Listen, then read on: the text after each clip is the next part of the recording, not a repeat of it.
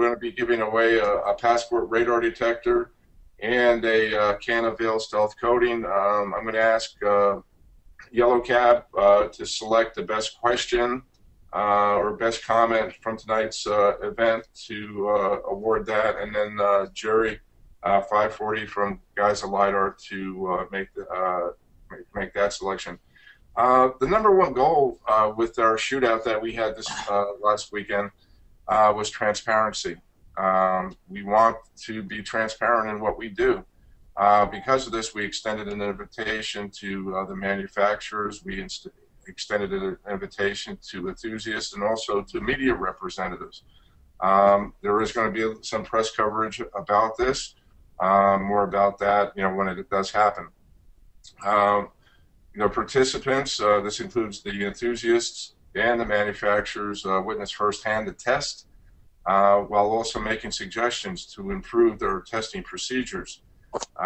We wanted to videotape this test. And we published already a lot of our videos already on YouTube. And your feedback's important. Our goal here is to improve our testing methodology. I know there's already been some comments made on some of the YouTube videos that were made, and I appreciate that, because next time I do read them, and I want to make these better, make this testing better. Previous to this test, we had the Carl Force testing, where just the manufacturers were invited, and it was his way or the highway is basically the best way to do it. I'm not knocking. It was just, that's how he wanted to do his test. And there was no videotaping, no photography allowed done.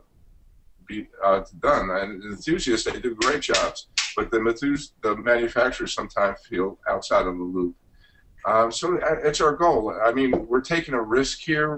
We realize, hey, we're human. There's some things that we do screw up in. But we're going to try to correct our mistakes and make it better next time. Bob, do you have any thoughts or comments? No, other than to echo what you said. Of all the tests that I've seen conducted, I think this was the most comprehensive. But even beyond the tests, I think this event is probably, in all my years in this industry, is the most significant one.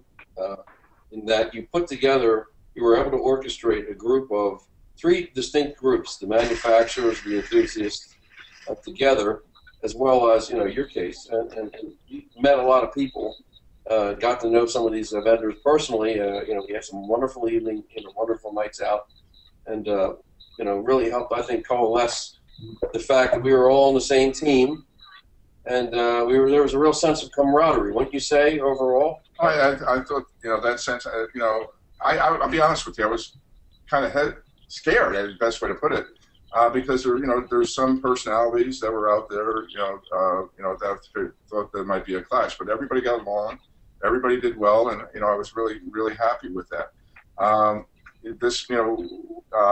We Radar Busters, we sponsored the event along with Vail, Bob helped sponsor it, and because we wanted transparency, we invited Raltech to come out. Yellow Cab. Mirage came out here. They handled the laser testing, and they'll speak a little bit more about that. Jerry helped out from Guys of LiDAR. Jim Bones, who wasn't able to make it, but Jim Bones sent us some equipment. Radar Detector Net, they helped, in this also. So we had over, these were some of the manufacturers that attended. We had Stinger. I was blown away, with some of their equipment. I was really impressed with their laser jammer and detector. Escort was out. They did very well. Beltronics. Legal Speeding. Of course, Bob, your Adaptive Technologies. It was a great group of people. Everybody, what was cool, and Bob, you made this comment, that the manufacturers were helping the other manufacturers. It wasn't like a competition. Exactly. They're saying, hey, I'm going to try this or that. And that's really kind of a really neat thing about this community, that everybody was helping out everybody else. And I'm going to have to mute some people because I hear some background noise. Aaron, I'm going to mute you because I get some background noise. Cliff, I'll mute you for right now. Jeanette, I'm going to mute you too for right now. Muted. It was great having the manufacturers out. Also, there was just, enthusiasts not associated with the group or anything. Ted Lloyd, he lives here in Phoenix. He brought his Corvette club out. There were a number of Corvettes out there. Ted had the ALP laser jammer on his Corvette, had the STIR installed on it. A friend of his, the gentleman in the white shirt with his pet, I forgot what system he had, but he had a laser jammer and equipment on that. Dave from Rhode Island. Dave came out with his family. He got stuck in an airport for a little bit, but he did make it. Had a great time meeting Dave. Kai is a good friend of mine. He's a retired Las Vegas Metro cop.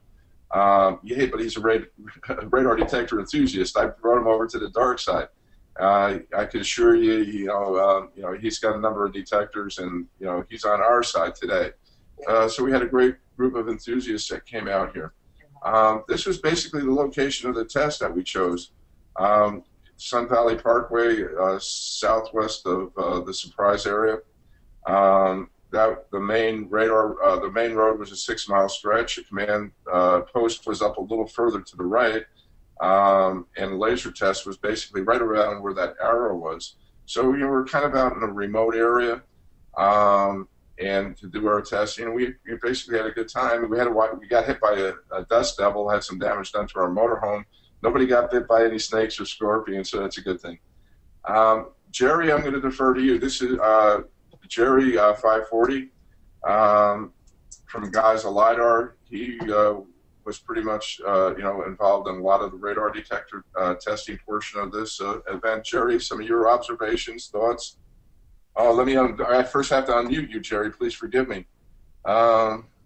Unmute Jerry. So, Jerry, you're unmuted. So, some of your thoughts, observations from the radar detector. There we go. I'm unmuted now. Thank you, Roy. Yeah, I was talking to myself there for a second, and no one was answering back. But I just wanted to thank you for hosting this. I think you hit the nail right on the head, and the reason that I'm going to toot our horn at Guys of LiDAR from years ago, the reason that we got together was because of your website, and because we decided that we wanted to see some real unbiased testing. Prior to us, most of the tests out there were manufacturer sponsored or hosted by people that charged manufacturers to show up. Manufacturers brought their own one-off, hopped-up, super hot detectors that you and I couldn't buy off the shelf. And because of the work that we've done, and other Railtech now, and other groups that have just gotten together, enthusiasts like ourselves, we've really separated the good from the bad from the ugly. Your test was really interesting and a lot of fun to go to, because it was the first time that I got a chance to get together at a real live test that actually had manufacturers present. And I know a lot of people from years back, that was a scary thing. It's like, oh no, the manufacturers are there.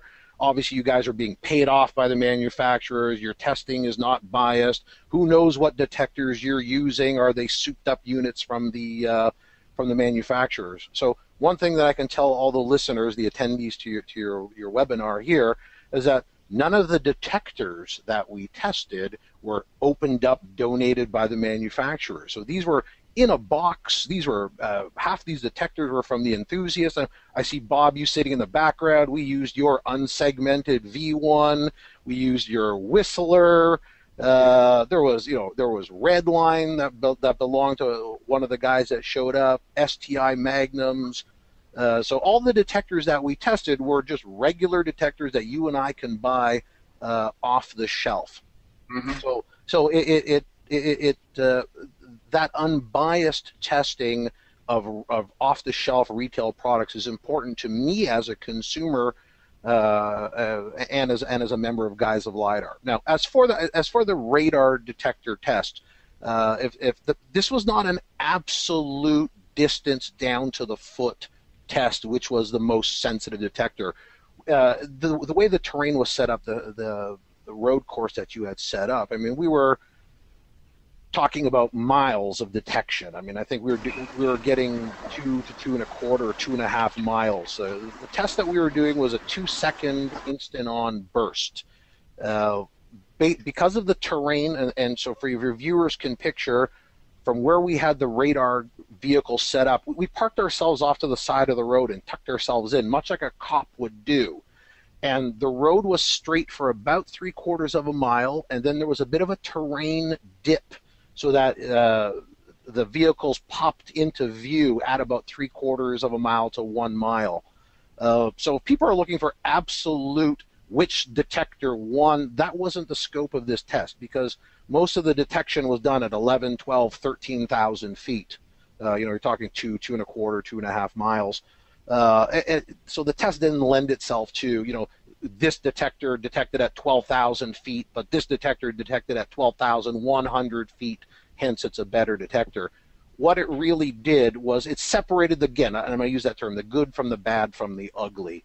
And there was really no surprises. The top detectors that we all know, the V1s, the red lines, the STIRs, the STI Magnum, these detected at the greatest range. There was the mid-pack stuff that you expect, detected sort of at the mid-range. And then there was the junk that was out there, and I use that term loosely, but the Rocky Mountain radar products, the lower-end Cobra stuff, some of those the Rocky Mountain Cobra lower-end units weren't detecting that 2-second instant-on blast at all bands till we were visually in range of them. So that's what. So what the net result was from this is that it sort of separated the good from the bad, as opposed to an absolute. This detector won at the longest range. Mm-hmm. And Jerry, there was one radar detector that we tested after the event because it wasn't shipped, and we ordered it 2 weeks prior to the event, and they shipped it during the event, and that's the Ghost, and I have some videos on that. I'll speak a little bit more about that later. Right. But thank you. I'll be bringing you back in. I mean, again, I want to thank you and Jim. For Jim for donating a lot of his time and equipment for the event, and you for donating your time. Oh. It was, after the event, we were still there after everybody left, still doing pop radar tests, and you with Dave, and I really want to compliment you and Dave for doing that. Thank you very much. Just a quick, if you give me 30 seconds here, just a quick to your attendees. We decided to do a quick pop test, because since we had both K-band and the KA band pop guns. The K-band guns are the MPH Z25 and Z35, and the only difference between those guns is one's got a cord, one's got batteries. But that's the very difficult to detect 16 millisecond K-band pop. And we also had an MPH 33.8 gun that was donated, or that Cliff, a Cliff of LI and of Stinger brought along. The 33.8 gun that Guys of LiDAR, Jim, gave you is an interesting unit. It's an old Florida Highway Patrol unit that specifically doesn't have the pop feature on it. That's how the Florida Highway Patrol purchased them. But since we had both the pop guns available, we sort of figured out, hey, let's do a quick pop. We've got all the detectors sitting here in a box. We've got the radar guns. So myself and another enthusiast, Dave, we ran through all the detectors and did the pop test. And again, as expected, the KA 67 millisecond burst was easier to detect and was better detected by the higher end units. The K band at that really quick 16 millisecond burst was tough to detect by every detector. But all that being said, in the real world, your odds of coming across either of these guns, you might as well stand out in the middle of the desert in Arizona with your Mega Millions lottery ticket, hoping that you get struck by lightning. They're virtually impossible. They're virtually non-existent in the real world, especially that K-band Z25 and Z35, because the fact that there were so few of those guns were sold, but also 99 out of 100 people, if you hand them that radar gun, will incorrectly set the pop mode, and that includes cops. It's a buried menu to find the pop, and then once you turn the pop on, there's a secondary menu. So even if this was used in the real world, you almost have to be lucky to find out how to use the pop, and it's got a 2-stage trigger, and it's an impossible gun. So anyway, so if your listeners, your attendees are worried about, oh my God, my detector doesn't detect K-band pop, it's a non-issue. It just doesn't exist. It's a marketing. It's unfortunately a marketing angle that all the manufacturers have to add. They all have to say detects K-band pop or Ka-band pop. Anyway, I've taken up way too much time. Roy, thank you so much for hosting this. It was a pleasure to meet some old friends that I haven't seen in a while. It was nice to meet some new friends again. And again, without repeating too much of what you said, it was. And I think Bob had mentioned earlier as well, it was really unique in that everyone was working on the same team. So, the enthusiasts were friendly with the manufacturers, who were friendly with each other, who were friendly with it was really, really just a good all-around time, and I really had a lot of fun being out there, and look forward to doing it again in the future. Thank you, Jerry. What I'm going to do now, Jerry, is I'm going to... I think... Oh, go ahead. No, I was just going to add, if Jerry, if you can keep Jerry open for Sure, I'll keep Jerry open. Yeah, hey, Jerry. Bob, good to see you again. We had a safe trip back. I'll just say quickly, it was great hanging out with you at dinner. We had some really good conversations. So absolutely correct on that. The one thing I just wanted to comment on your pop, it's this was a marketing, I guess, gimmick in some respects, but I think when pop came out many years ago, I think laser is pretty much, even if they ever used it, the idea that to defeat a detector, I guess that was pretty much the marketing behind it. Police laser has really supplanted or superseded that. If police officers want to target in a stealth manner and with very little warning, obviously laser does that. So would you tend to agree with that pop has sort of become passé at this point? Yeah, for sure. And passé from something that really wasn't used all that much in the first place. Like I said, the manufacturer MPH is a small player out there, but you're absolutely right. If I'm a police officer standing on the side of the road, looking to target vehicles, I've got a laser gun in my car or on my motorcycle, not some K-band pop gun. So. Okay, cool. Okay, Jerry, I'm going to mute you. Thanks, Jerry. Again, thank you. Pleasure. And what I'm going to do is I'm going to open up, introduce our next participant, and this is Yellow Cab. Before I have Yellow Cab take the microphone, I was blown away. I can't say that any better. With the professionalism, with the equipment that Yellow Cab, Mirage all brought out to the test. They went it'd be a disservice to say they went the extra mile because they probably went an extra 2,000 miles. Well, in fact, Carl, not to mention any names, Carl Force, no, not to drop any names, but SML, I don't think ever had the number and, even, the variations of the different models within a particular type of jammer. Within a particular type of laser gun. Have you ever seen as much of an arsenal? I've never seen as much as an arsenal. It was not only the arsenal they had, but it was also the testing equipment that they brought out. Right.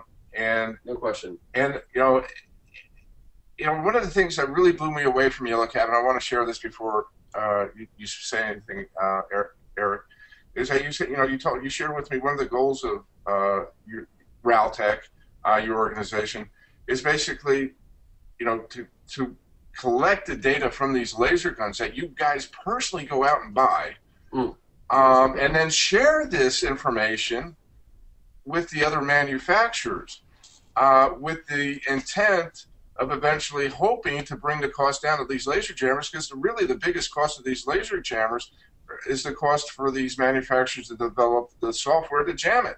So Yellow Cab, I can't say enough what you guys did. You blew me away. Thank you, Eric. And Eric, please, speak a little bit about what your observations were and some of the things you did. Well, Roy, I want to thank you for inviting us out to the Jammer Fest and the radar test. We had a lot of fun. We learned a lot of things. We did a lot of testing. And one of the best things about the about the event itself was when, was meeting the manufacturers and working directly with them. What really blew me away is how the manufacturers themselves, competitors, and some personalities who in the past really did not get along, how they all work together. Seeing Leon from Blinder lending a license plate to Cliff from Stinger. I mean, where else would this ever happen? It was absolutely amazing. Seeing the other enthusiasts from other areas of the country was great. Meeting you finally in person, just gives us a whole different perspective and a different level of respect for you, respect for the other manufacturers that were there.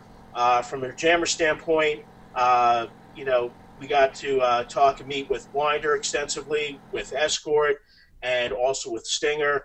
And all I've got to say is that for the enthusiasts in the community, it's a good day to be an enthusiast.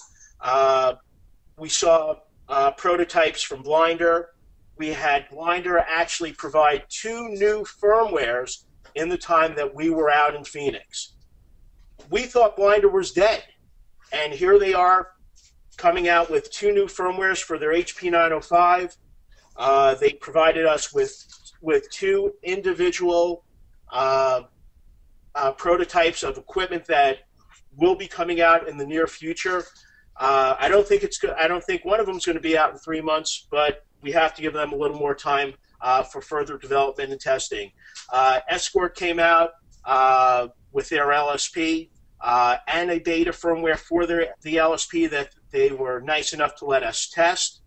And we brought our own HP 905. We brought our own anti-laser priority, and we tested those all with current firmwares that were available to the public.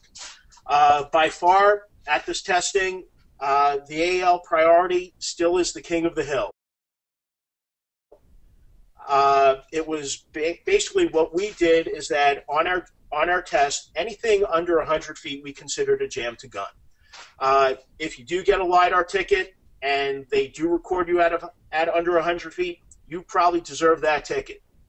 But the AL priority for the guns, the Custom Pro Laser 4, Custom Pro Light Plus, LTI LRB, LTI True Speed, LTI True Speed S, LTI True Speed SX, LTI True Speed SXB, Stalker LR, and Stalker LR was all jam to gun.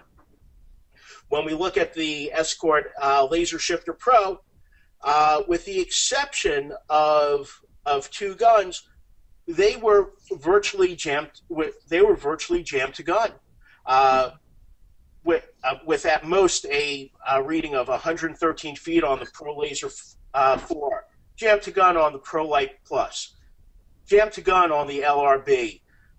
Their biggest punch through on the True Speed S was at 149 feet. One 719-foot punch through on the True Speed SX, which really isn't the jammer's fault. There's a lot going on with that LiDAR gun that really isn't for us to discuss right now. But also the LTI True Speed SXB with a maximum punch through of 238 feet. I mean, it really did phenomenally. We go to the Blinder HP 905, also doing very well. It had a few punch throughs, nothing that was too concerning. The amazing thing is, Blinder had in our hand a prototype that if we would have tested, probably would have eliminated those punch throughs right then and there. Unfortunately, due to time constraints and other issues, not related to Blinder, but related to more of the testing, we couldn't get to it. Interacting with Stinger. I'll tell you something about being blown away by their products. What they have coming down the pipeline is absolutely incredible. They came to the test with a very narrow focus, only having their jammer being able to program to jam certain guns, and they're updating firmware on the fly to jam guns that we were just throwing at them.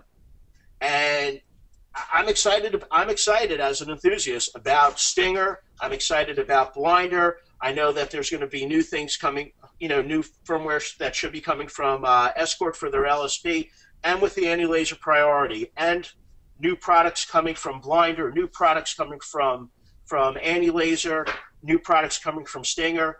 It's a great day to own it. It's a great day to own a laser jammer. The neat thing about what Blinder was showing us through their HP 905 and their prototypes is that a lot of the two new prototypes that they're coming out with should be compatible with existing equipment with the existing HP 905. So all in all, it's been a really good day or days being a laser jammer enthusiast.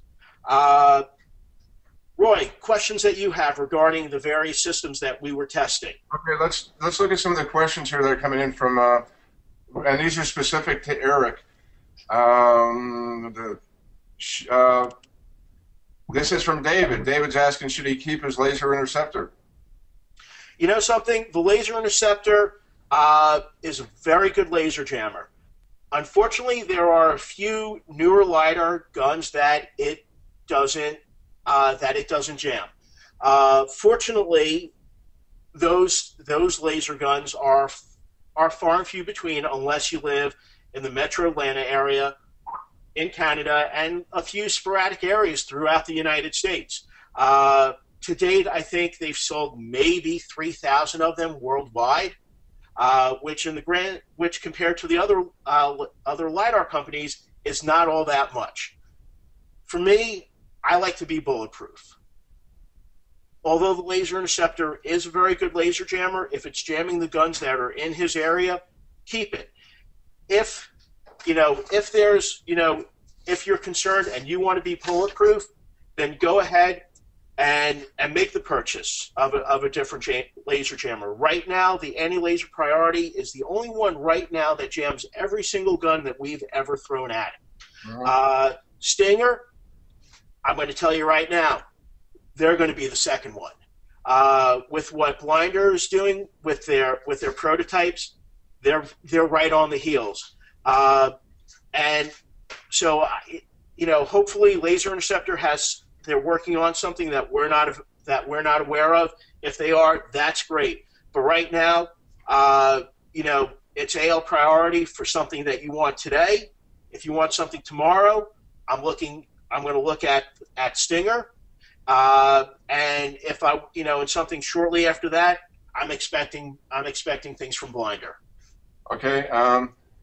Question, Eric, are you giving anything away? Well, Eric's going to be selecting, during the course of this entire event, somebody to win a Passport radar detector. So Eric will be giving something away, but we ship it. It'll be sponsored from us. Eric, the question, this is from John Snyder. Can you explain the term punch out? I'm assuming he means punch through. Okay, what a punch through is basically the laser jammer operates to prevent the laser gun or the LiDAR gun from getting a reading. A punch through is when the LiDAR gun, while the laser jammer is active, gets a reading, gets a speed reading on the vehicle. So that is the definition of a punch through. Okay, several questions about the Blinder update. There is a new Blinder update. It's on blinder.us. I'll let Leon speak about that a little bit. Yellow Cab, do you know if the Dragon Eye is used in Connecticut? This is another question from David. I've heard rumors of it being used in Connecticut. I haven't seen any video of a Dragon Eye being used in Connecticut yet, and nor has anybody directly told me about it. Doing some research, we know that that the Connecticut troopers have received them. Whether they're using them or not remains to be seen. Okay, go ahead. I'm sorry. The amount that they've received is not that great. But if you want to be bulletproof and you have the laser interceptor, then you want to consider getting the AL priority at this point. Okay. Or adding a lot of veil. Or a lot of veil. Thank you for that, Art. Okay, I just had a good question for you and I just lost it. Okay, laser jammers. Can you put a laser jammer on a motorcycle? And if you do, is it waterproof? Yeah, you can place a laser jammer on a motorcycle. All of the components of the laser jammer are not waterproof. However, there are aftermarket manufacturers that do make waterproof cases to place those components in. I have tested a number of motorcycles with laser jammers that run in the rain, and they have not had a problem as of yet with using those aftermarket waterproof enclosures. Cool. Yellow Cab, for right now, what I'm going to do right now is I'm just going to mute you, and I'm going to kind of go over the radar detector testing, and I'll bring you back in, and I'll also have the manufacturers to kind of jump in here, because I want them to kind of speak in. So instead of what I'm going to do is I'm just going to use the PowerPoint like this. So Yellow Cab, I'm going to mute you right now, and we'll be back with you. All right, now, of course, with the laser jamming testing, we did the radar detector testing. And hopefully this is big enough so everybody can see my screen. Well, let me blow this up because I really think this is important. So I'm blowing this up again. This is the a little bit about you saw the slide that basically marked out quarter-mile spots on the pavement. And you would get, let's use an example. You got to the 2-mile marker, or we got to the 2-mile marker, and we basically parked there, and then all the windshield-mounted radar detectors we tested. I had a STIR installed in my F-350, and then with Stinger, what we did is then we had Stinger, because that Stinger detector was installed in their Mercedes, go to the exact same locations. So basically, sharing with you the results from the test, and again, as Jerry 540 said, you know. Pretty much standard. I mean, the Stinger VIP, did a great job in detection. They were #1 in the 35.5. Your windshield-mounted detectors, the Magnum, the XR, the Max, Max 2, Valentine 1 segmented. They were all equal with each other in the performance. The Stinger VIP. Now, when I say the Stinger VIP, you had the top location. That was basically. I don't want to say high mount. It was equal to the distance or the height as the STIR that was mounted in my truck. So remember this. But I think this really plays into play a lot of when you're looking at the windshield-mounted radar detectors against the STIR that was mounted in my truck, and also the Stinger VIP low mount placement. You can see in these graphs that I'm sharing with you, really that does make a difference. The higher your radar detector, the better performance is. Now, you're going to notice the last place is the Ghost. You'll see the videos on that. Bob, any comments you want to make about the Ghost? I mean, well, yeah, and if I could just comment about how we did those tests. Yes. I know there are some skeptics online. There have been for years. We sort of talked about this with some of the formal reviews. I think Jerry touched on that as well. And even someone like a retailer could potentially be they would suggest biasing results. But what I can tell you, Roy, you came up with a wonderful test. I mean, I've never seen a test like that where you have the test vehicle or where the detector is, and then or the target vehicle, and then the targeter, and we're in real time talking with the phones. I mean, that's just really wonderful. So you can hear precisely in real time, what the other individual is doing. And there's no denying. A split screen and hearing the sound and voice. You hear the dropper effect on the radar. Everything. So, I sort of made a joke with the Ghost. What did I say? It was a death. The reason wasn't it was a death detector and it's a ghost of itself or something. I forget. Yeah. Did you tell how we opened it up? Did we get? Yeah, and you'll see the video on this. I mean, I've never, there was one. For the last 10 years, the MD 2020, I think it was called, had the #1 place for the worst radar detector I ever tested. At least it detected radar. The reason I gave it the worst ranking is because it false alert all the time. But it did detect.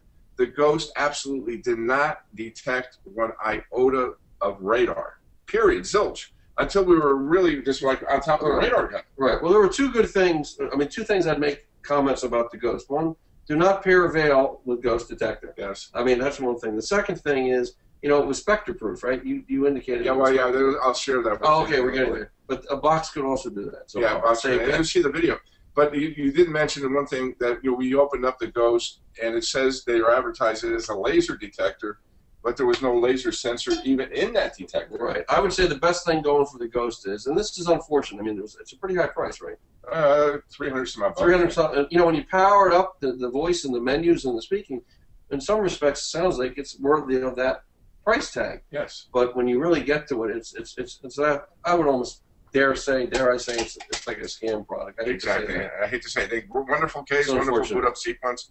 But anyway, if you're looking at the results here, these are the results from the test for the 35.5. Here are the results for the 34.7 Stinger VIP high mount, I guess we're going to call it, because it was equal to the same mounting as my SDIR antenna, so we're clear on that.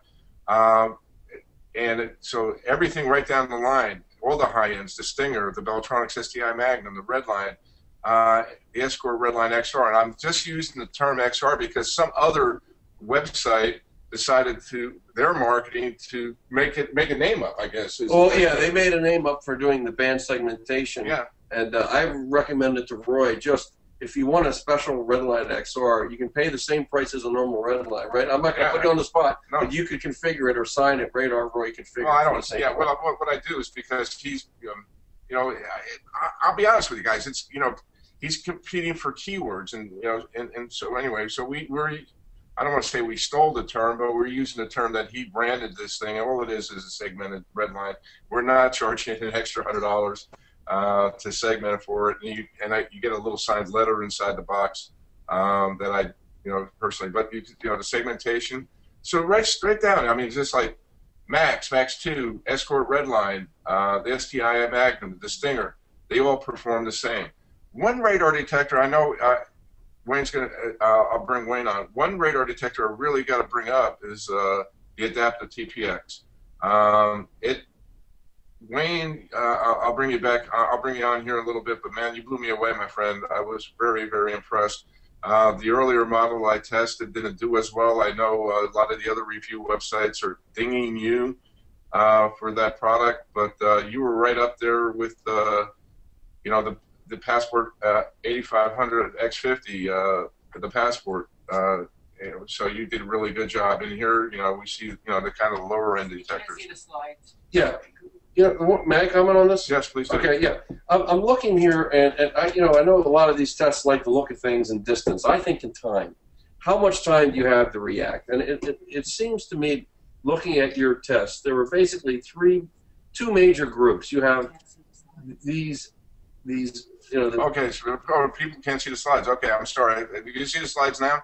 I didn't even know that. Somehow the slides got turned off. So anyway, you should be able to see the slides now. Yeah, it appears to me that you have basically three major groupings.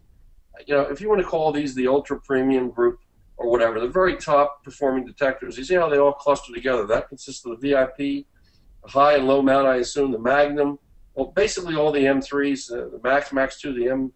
5, is in there, and then it looks like, according to this test, at least in this circumstances, you had another group test. See how they're pretty much all identically, distance-wise or time-wise, alerting. Well, let's go time, and then the last group, which is the more of the budget side. You can see they're pretty much the budget side, yes. Right. So it's interesting that they're not all. I mean, they're pretty consistent in this particular test. You can see it. Then you have the low end.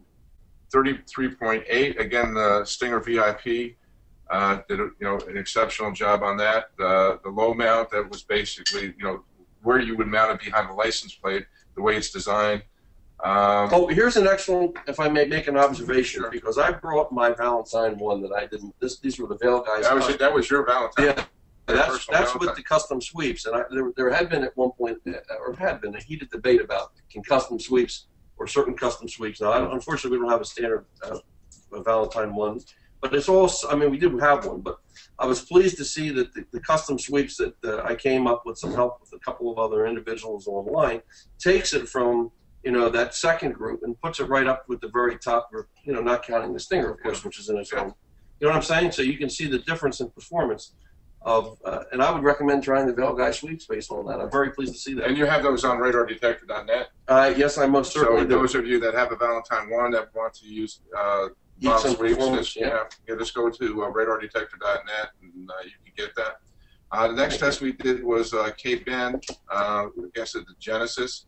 Again, we're seeing the same thing. The Stinger VIP, windshield mounted high-end radar detectors, Valentine 1, right down the line. Then we drop down at what I would consider the 3-star detectors, 4 times the capture range, the adaptive TPX, the Escort 8500 X50, the Passport. The Whistler did a really good job in this test. They really stepped up in the plate on this one.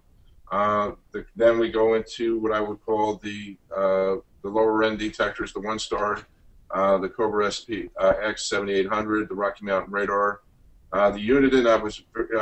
We got kind of weird,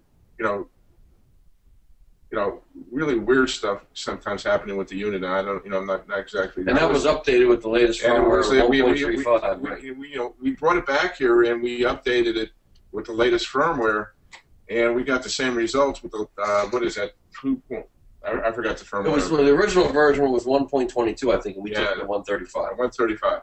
And I was really disappointed on the performance of the Uniden LRD 950. The Ghost didn't detect anything at all. It was a good name for it. It doesn't. You're not going to see it. Save your money, get a box. Save your money, get a box. The Spectra RDD testing. I have possession of a Spectra 4, and pretty much what everybody expected. The only surprise here was the Ghost. It was undetectable. Well, yeah.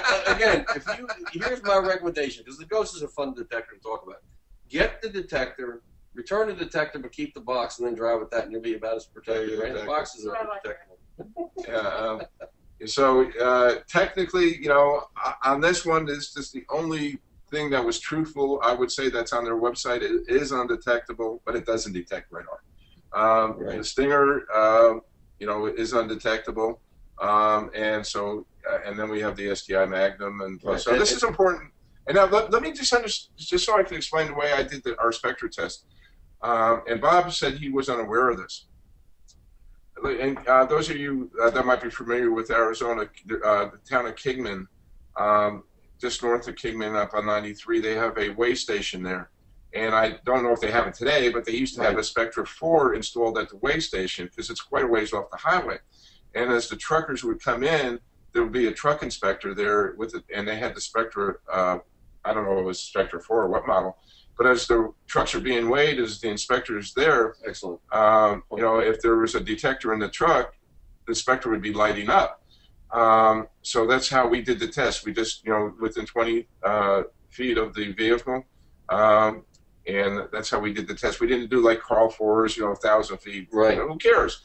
If I may make a comment, props to the Stinger VIP. That is now the only other detector, to my knowledge, that is invisible to the Spectre. Yeah. So, with all due respect to Beltronics, who really came up with the N3 platform. Well, actually, Stinger had it before at Beltronics. Is that a fact? Yeah. I wasn't aware of that. Because I'm going back before they had the Spectre.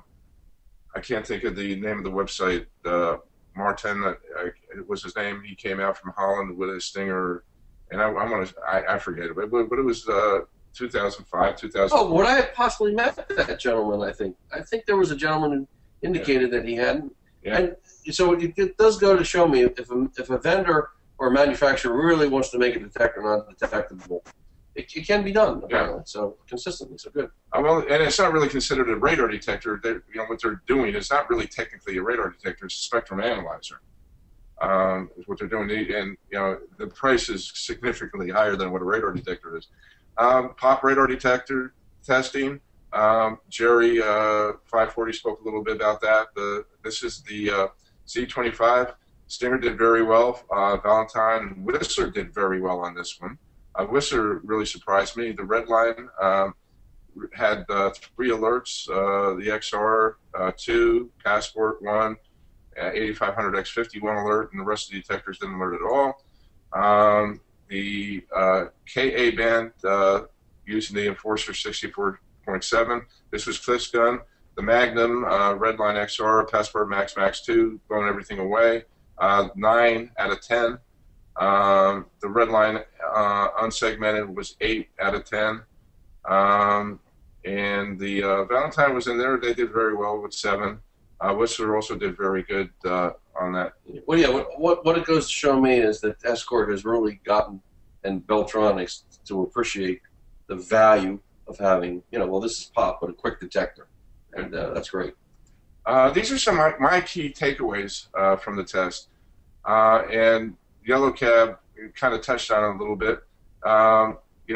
My goal was to try to do this in a weekend. There's no possible way when we're going to do this next year, if we're going to do it to this type of scale, we're going to do it either a 3 or 4 day test because, we had to go back out and to redo some stuff.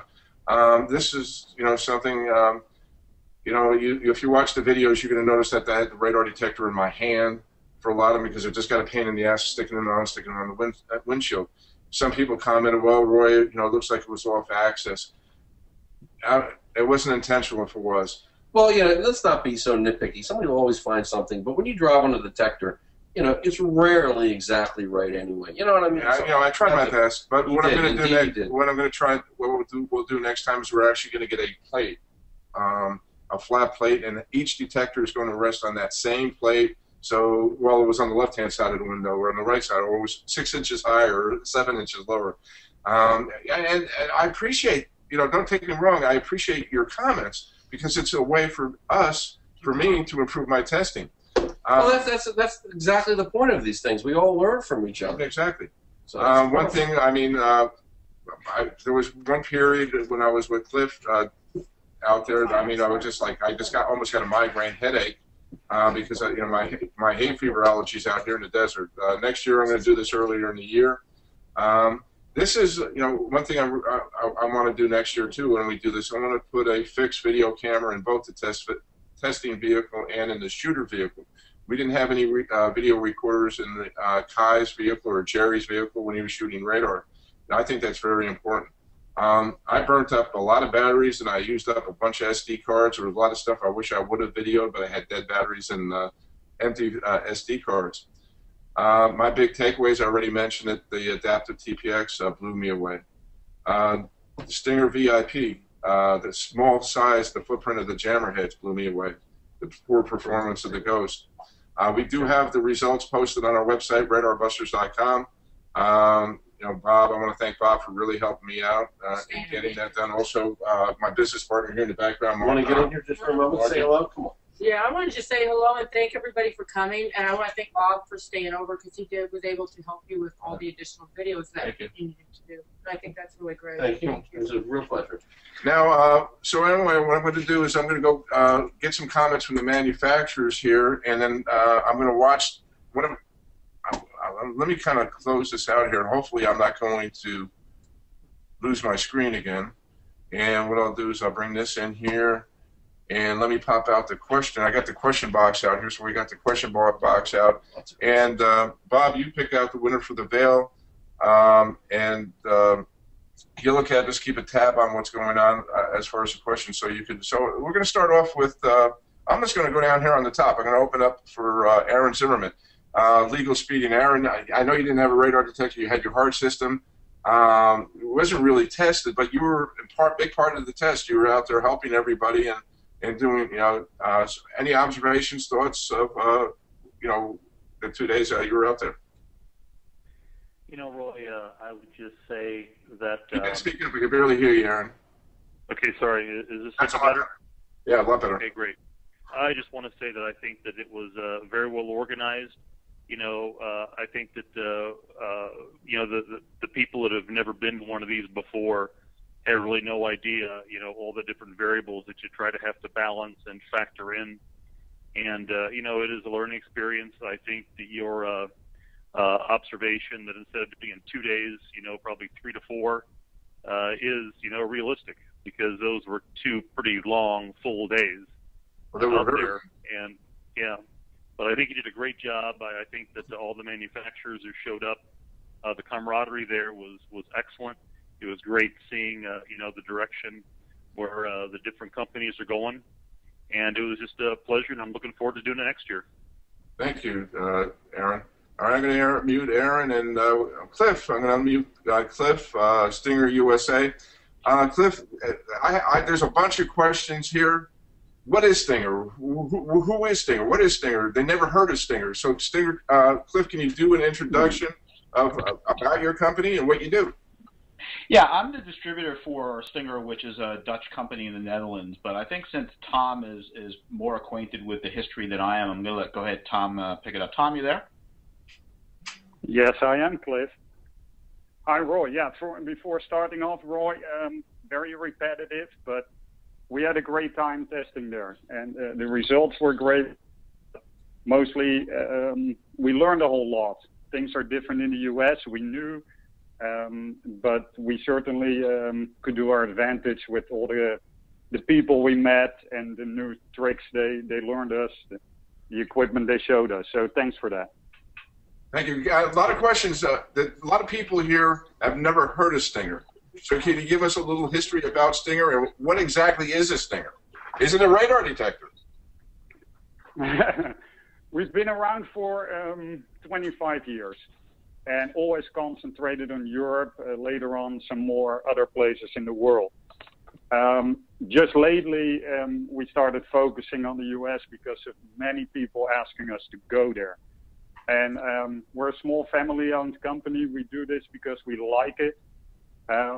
We're a niche product, so we're unlike a radar detector in the way that we use very different kind of technologies to maybe get to the same point or hopefully much further.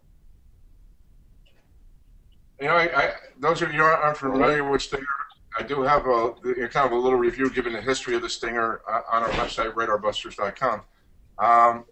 Let me, real quick, I just want to check to see if there are any questions. What's this? This is from Morris Goldberg. How much does a Stinger system cost? I think that's one for, because that's different in the U.S. than in Europe or other places. So Cliff, do you want to take this? Yeah, sure, I'll be happy to. The basic system with everything from the touchscreen display to your speaker, your GPS antenna, the computer center, and front radar only operationally starts at $29.95. You can then add a rear antenna for what we call our directional scope to tell you the direction that the radar is coming from, and that's another $1,500, so $44.95. You can then add front laser for another $900, and then finish up the package with the rear laser for another $600. So the full-up system is $59.95 US plus shipping. And there's two different display options. The standard display is about the size of a credit card. I think that's the one that you saw in Arizona, Roy. And then there's a larger, what we call our XL display. That's another, I believe, $150 upgrade from the standard display. And it's about the size of an iPhone 5 screen. It's really designed for people with larger vehicles or people that like to be able to look at the screen regardless of whether they have a large or a small car. Okay. Don't see it. Let me see if there are any other questions. At $5,000, Cliff, do you include installation? Actually, no, installation isn't included with any of the prices. I'm sorry. Okay, good deal. All right. Okay, now we're going to move ahead.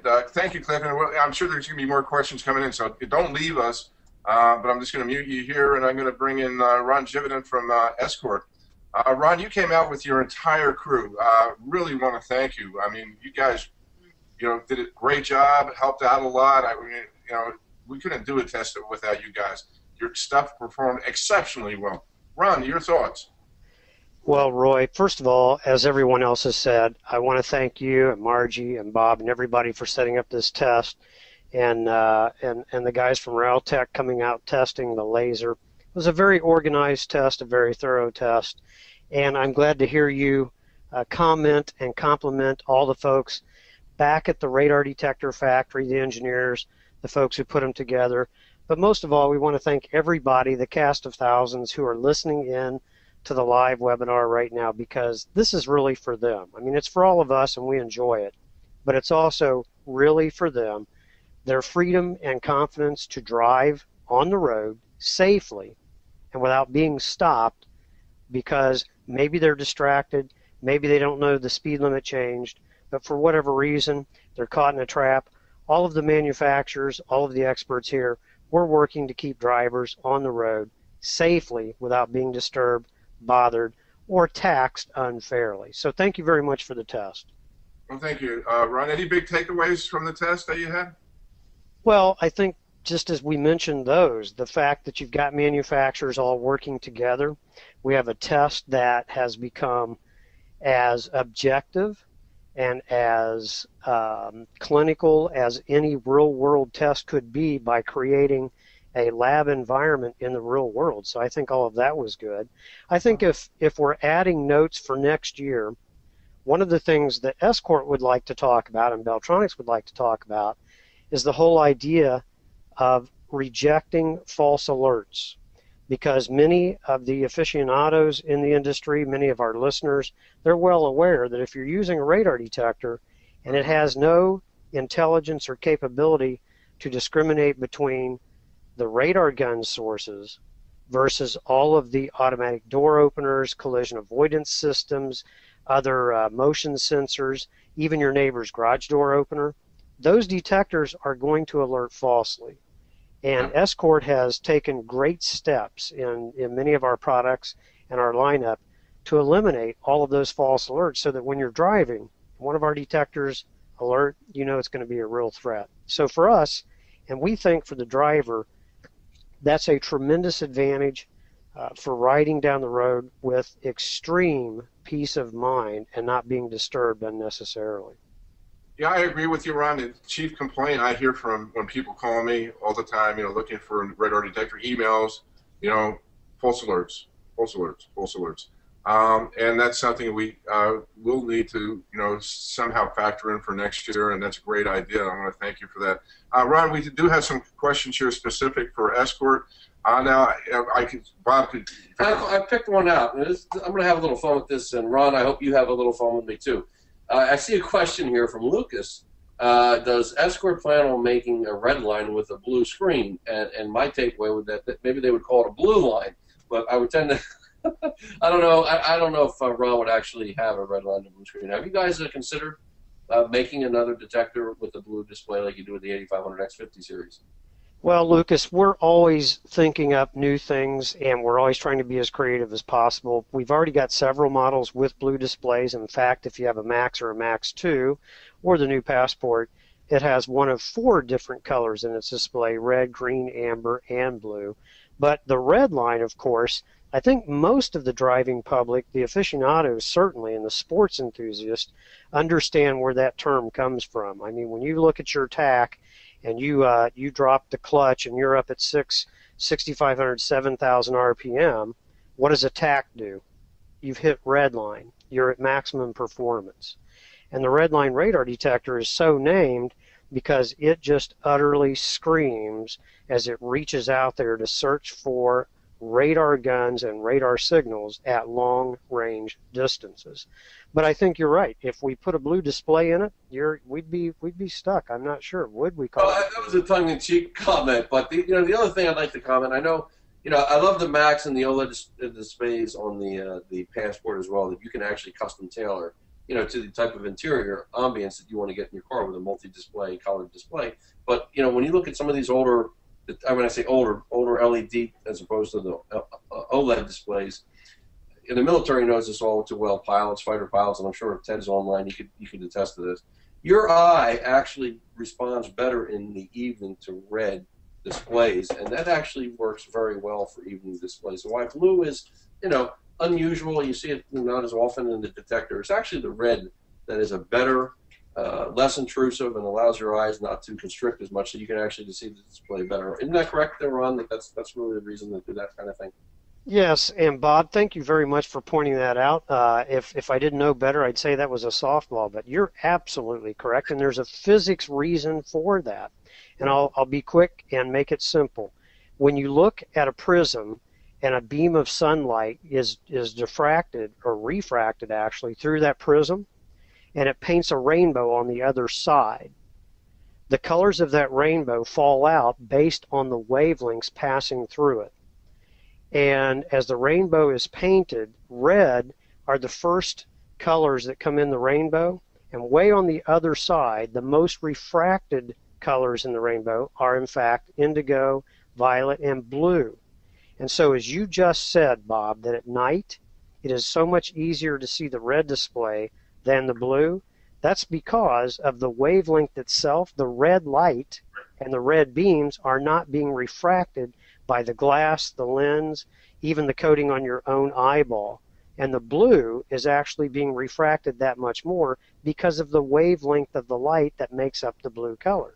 So it blooms. Yeah, it blooms. When you look at display, it looks like it's blooming or getting fuzzy.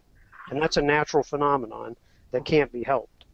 Then, Ron, I'm going to answer this question here, but it's specific to a red line. Can the red line be upgraded to an XR? Again, the red line XR is just a made-up name that somebody decided to come up with. But because of it's a lot of people think there's such a thing as a radar Redline XR.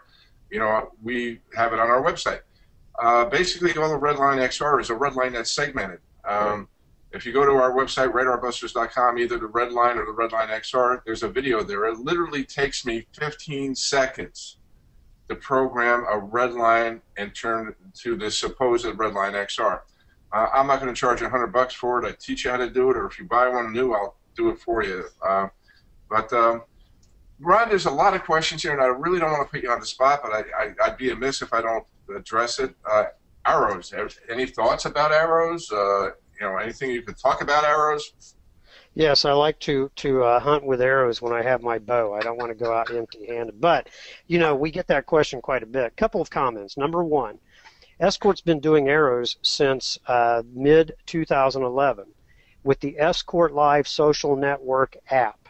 That's the app that any iPhone user or Android user can download right now for free. But in that app, it speaks to all of our detectors, Escort and Beltronics radar detectors, and now they're all connected, sharing real live alerts in real time. If you look at the display output on that app, we actually show you by arrows and location where the threat source originates. But that's not what you're actually talking about. You're talking about arrows that look a lot like a V1, and that is to say when the detector alerts, do I see something as the source ahead of me, behind me, or to the side? As many of us in the industry know, that patent expired a few years back. A couple of interesting comments. Number one, you notice that no other detector manufacturer chose to go after the arrows, even though the patent has expired and it's available for any of us. But I would go on to say this, that if somebody's going to do something really innovative and really classy and clean in a look with directional arrows or some type of indicator, information indicator, you know it's going to come from Escort. The engineers at Escort are going to integrate something that's going to be spectacular, and it's not just going to be for the sake of saying that we have arrows. If we cannot bring something to the technology that is usable by the driver in the cockpit of the car, we don't put it in the detector. Now, what does the future hold? No one knows. We'll just have to wait and see. Oh, maybe we can read between the lines a little bit. Yeah, Eric, I'm going to attribute that question, if you want to write it down, this to David S.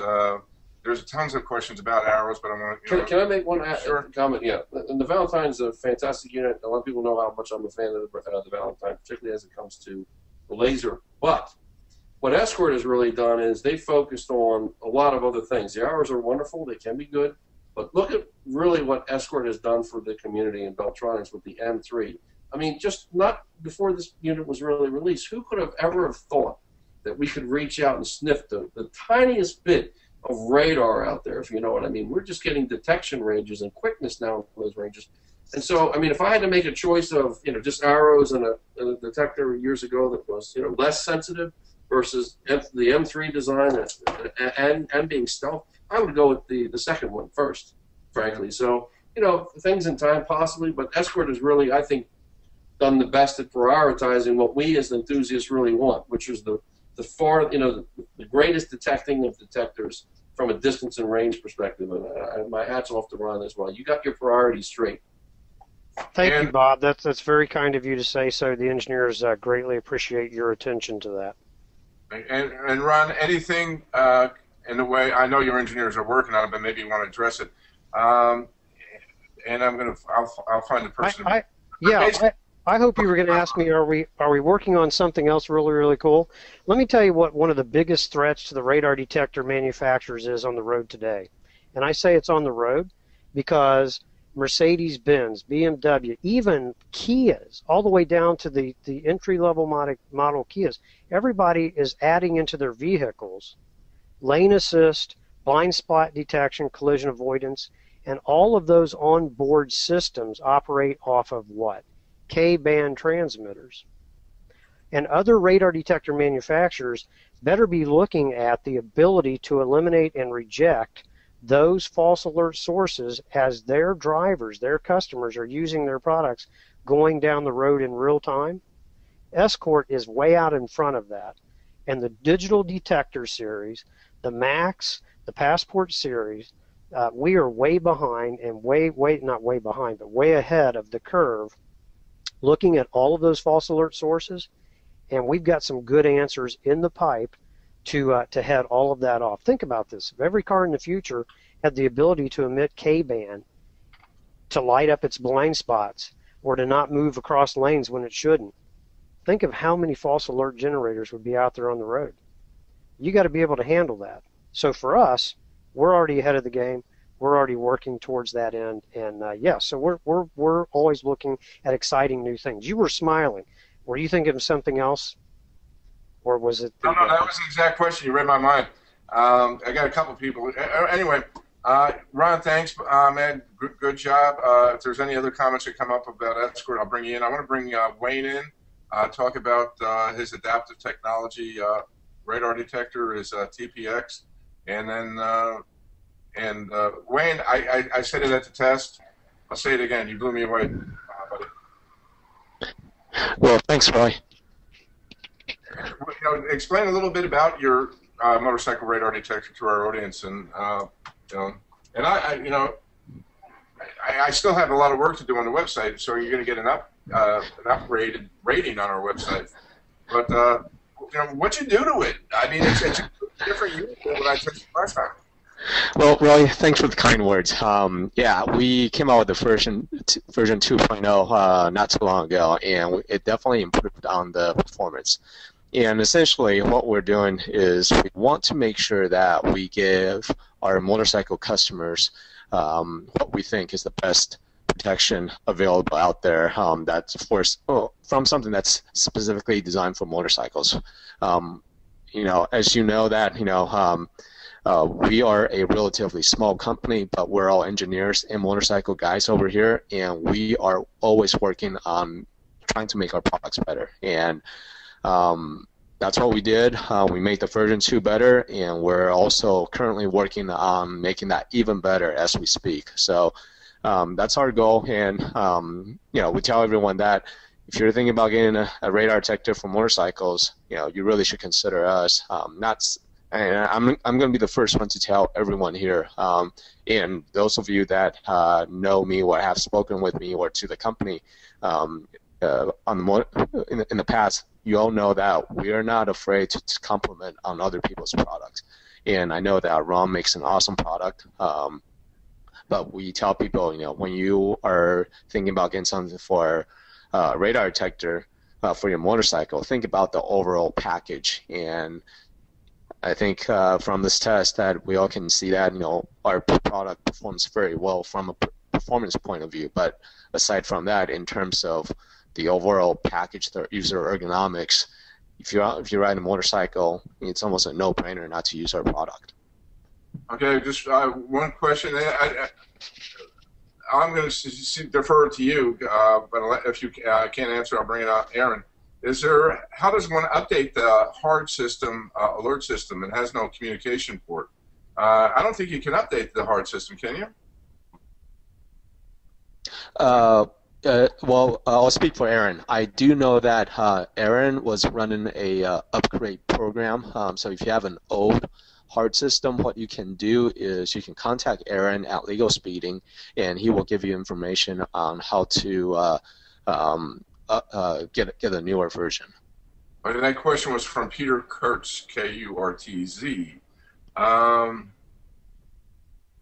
Okay, so we got that. Anyway, thank you. And I got Bob the Veil guy sitting next to me. I'm going to bring him on here. So let me first mute out you, Wayne. Thank you again, Wayne. Wayne, it was a real pleasure, too, meeting you guys. Yeah. Absolutely terrific. Wonderful group of guys.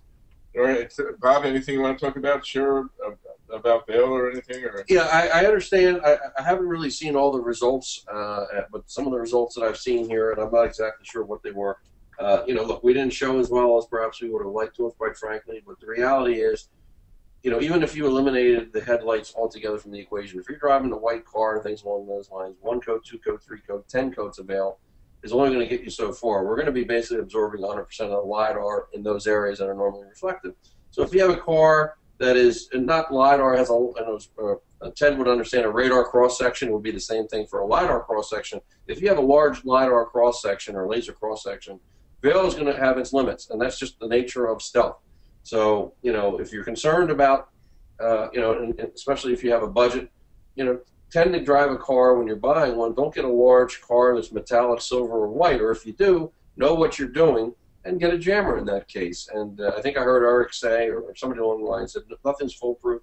Some of the results of the jammers I heard, well, we don't see many of these guns, or it's not really the fault of the jammer. And frankly, look, that's a mulligan, or you want to give it a pass to a jammer, fine, but whatever. I mean, no countermeasure is foolproof. I don't think anybody here, manufacturer or otherwise, is going to suggest that their equipment is foolproof.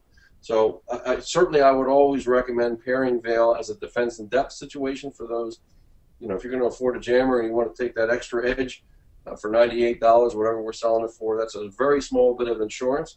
In other states where jammers are not permitted to be used, or particularly in other countries where the fines or outcomes can be quite significant, there are no laws, to my knowledge, that would prevent Vail from being used, and always get Vail with a good detector. So I see we did some guns, some of the newer guns, but the Pro Laser 4, I'm looking here, 338, 440 feet, 432. That's for the Pro Laser 4. I think we're planning, Eric and Realtek, since they're closer to where our offices are, I think we'll probably schedule some additional time, and I'm still looking for a test maybe next year if we have more days to really incorporate Vail into the mix with a car, and any of the punch throughs that are going to happen, if they do or where they do, incorporate Vail into that and see if we can eliminate them. Jammers also have a phenomenon called instant punch through. That's something to consider if a jammer, for whatever reason, firmware change to the guns, we already see that's happening on a frequent basis. You guys can only keep up so much, and people who buy jammers who need to update them may not be as vigilant once they start driving with it, if you know what I mean. So an instant punch through is if you don't even have a jammer. And so Vail will always give you a level of protection no matter what laser companies throw at it, LiDAR companies, whether they're exotic pulse rates or things that are trying to trip the jammers up. Vail is going to be absorbing that always. And, I think that's pretty much how I would look at it, Vail. Okay, Bob, real quickly, sure. Because I want to wrap this up because we got people, it's dinner time, they want to get their families taken care of. Sure. And Tom, he's in Sweden or we're Holland. It's even later over there. Will Vail become more paint-friendly, chrome-friendly? I already think the G5 is already paint-friendly. Correct. And any comments about the chrome-friendly? Yeah, no, it is, because Vail is a waterborne now material, and it doesn't do what G4 or G2 did before it. So yes, it is paint-friendly, and we're working on some other things down the pipeline. I'll leave it at that. You can interpret what that could potentially mean. But yes, we already have Vail is very paint-friendly. Question was from Modesto, Madrid. Let me take two more questions here. If you get it on your paint, will it come off? This is from David. Yes, again, this is another design of G5, which was very big, is that unlike the previous versions where you could have some residue left over and it required you to do a little work to remove it, G5 is now waterborne, like a paint latex. It can go on safely, it can be removed safely, and in fact, you could, some people that I know that even really reduced punch throughs even further, or what with Vail. You can put like a stone guard on or a clear bra. You can even put a black bra on for those who want to do that. And the Vail can go on a number of them in many circumstances. Thank you, Bob. Now, my pleasure. The Vail guy is not here tonight, but I'm just going to kind of mention a few. The Vail guy, the blinder guy. The blinder guy isn't here. Leon's not here. Just a couple comments about Leon. Leon is working, as you heard, the new laser jammer. It doesn't have a name yet, but Blinder is working on a new laser jammer. Is it going to be ready in 3 months? I don't know. That's his goal. So anyway, and they also just came out with a firmware update. Now, one of the goals with this new blinder that's coming out is to make it so it's going to be compatible with the current 905. Don't really know too much about that, but supposedly plug and play, so I don't know if it needs new heads, new controllers, or anything like that. Really quick on that. So anyway, let me go first to Jerry. Jerry, let me open up your mic here. Jerry, who would you like to give the Veil Stealth coating to tonight? Oh, geez, I thought Bob was the one that was doing that. My thought. Uh-oh. Okay. But I'll tell you what, though, my favorite, though, was the question about, my favorite question, though, if it bounces back to me, was the panelist that was asking if the red line was going to turn into the blue line. Okay, Lucas. that was Lucas. Okay. Yeah, that was a tongue-in-cheek remark, just for those that didn't maybe get that inside joke. Okay, so Lucas is going to get a free can of Veil. Thank you, Jerry, and congratulations, Lucas, on winning a can of Veil. Now I'm going to open up Yellow Cab's mic and have Yellow Cab tell me who he'd like to give the passport radar detector away to. That has to go to David S. David S. Okay, so David S. is going to be getting that. David, email me your address. Lucas, email me your address, and you're both taking away your prizes tonight. Hey, everyone, I really want to thank you. I know we've gone over our time allotment. We're about 20 minutes over. Those of you that want to, go over to radarbusters.com. Check out right under here in the guide section is where we have the full results, where we have the 2005 radar detector laser jammer shootout. I want to thank everybody. I want to thank the manufacturers. I want to thank the enthusiasts. I want to thank everybody that came out to make this event possible. Bobby, ready? Oh, yeah. Before we do this, I want to just make, again, I said it at the beginning of this, and now particularly at the ending, the amount of production, and I've been here with Roy as a guest, which I'm very grateful for, with his family and his staff. And I got to tell you, if I thought the pre-production was involved, this man, as God is my witness, has been sitting in this chair for 16 hours a day. I think that's or 15 hours a day for whatever he's been here doing all of this work. And I give a lot of credit to Realtek, how much effort goes into your results, and Jerry from Guys of Ladder, how much. But then this man has to put all that together. And he is literally, I can't even, hundreds of hours to get it so quickly, these results. So I didn't want to be like the other guy who took it 2 months. No. But I really want to continue to make a point here. I mean, Roy and Radar Busters puts his heart and soul into this business, everything. And it concerns me that people will come here and go to Amazon or things like that. And I hope the manufacturers, frankly, clean up some of that, because there is no other vendor, in my opinion, who is so committed to this industry and the amount of work that he puts in. And I only ask to support Radar Busters, please, because when you support Radar Busters, you're supporting Roy, you're supporting me, you're supporting Aaron, Wayne, everybody here who's all benefiting. Escort Ron, please support Roy. I get nothing out of that other than to just say it's the right thing to do. Don't go to Amazon or some faceless sale for a price. Roy's always here to take your calls, the staff, personally, if you have any questions. And please just do that, and we'll be able to do these things more often as a result of that. Okay, ready to close it out? Sure, I think Hey, everybody. All right, everybody, thank you for watching. Remember, please drive safe, drive smart, and drive protected. Have a good night, everybody. Bob, you did a good job. I thought Just Bob did a good. good job.